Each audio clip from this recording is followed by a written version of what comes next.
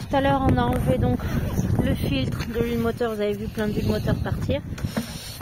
Et là, on va cette fois-ci vraiment vidanger avec le petit écrou qui est en bas. On a mis des gants parce que c'est huileux, il n'y a pas d'autre terme. Et c'est par définition. Voilà.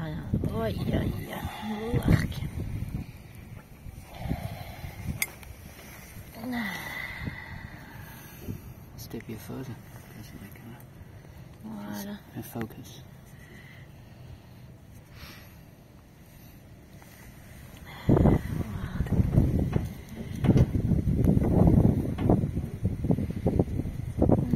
L'impression qu'on a un puits de pétrole. Tout à l'heure, voilà, on avait enlevé le filtre. Alors on a l'huile, mais on n'a pas encore le filtre parce qu'ils n'en avaient pas. Il va falloir qu'on commande le filtre, mais bon, on va déjà vidanger, mettre une nouvelle huile et on remplacera le filtre la semaine prochaine quand on aura reçu le nouveau filtre. C'est des choses qui arrivent. Il fallait prévoir à l'avance et on l'a pas fait. Voilà. Pendant que ça a fini de se vider, là, je vais vous montrer, c'est de l'autre côté du tracteur, en fait, là où on met, vers là où on met la batterie. Voilà, c'est là qu'on va devoir rajouter de l'huile toute fraîche. On va nettoyer un petit coup. Donc on nettoie un petit coup pour... c'est écrit en gros oil.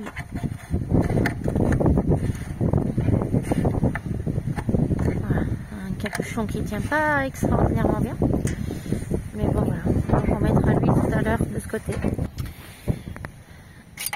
Là, vous voyez, c'est pour vérifier le niveau. Donc là on voit bien, on venait de le nettoyer, on voit bien qu'il n'y a plus d'huile dedans puisqu'il était impeccable après l'avoir remis dedans. Voilà, ça nous permet de vérifier, pour vérifier le niveau, et là on voit donc bien que ça a bien été enlevé. D'ailleurs regardez, ça coule très très peu maintenant.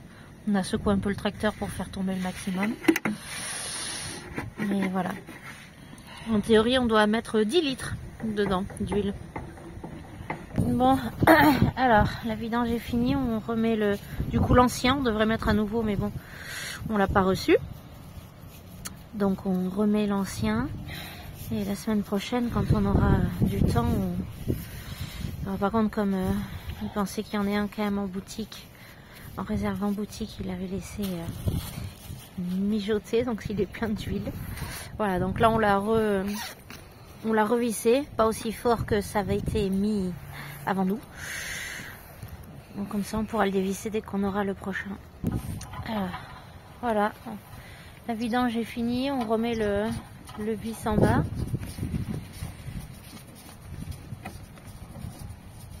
Parce que maintenant il ne faut pas que la nouvelle huile coule.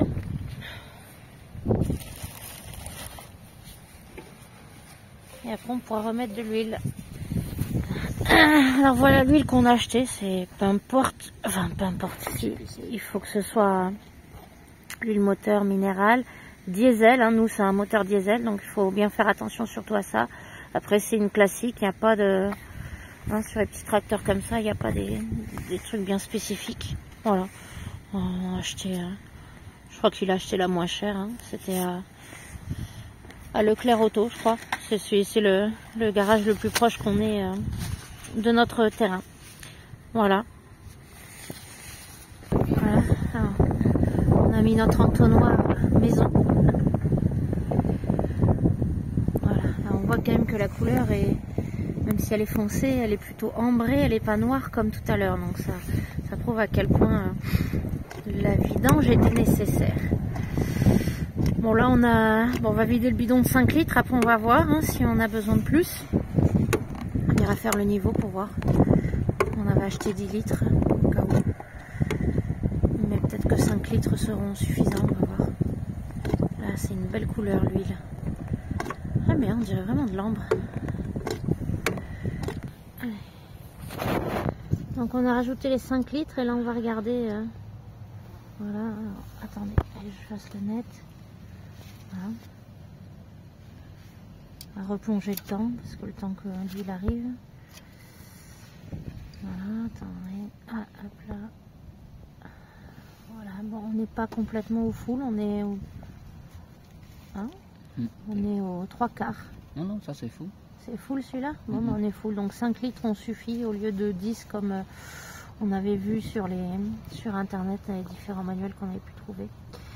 Voilà, le changement a été fait, on a remis ça, bon, on en remettra un neuf quand on l'aura reçu.